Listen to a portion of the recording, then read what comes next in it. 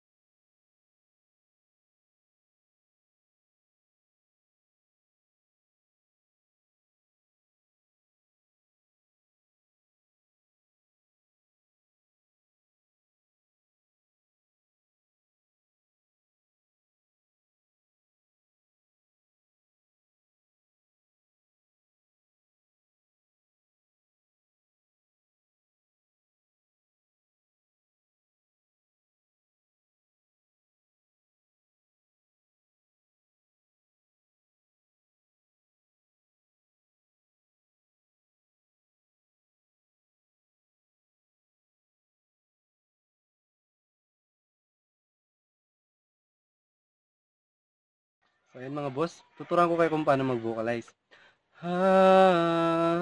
Kinayong chismosa, vulcanize sakto, pwede kita rurupayo.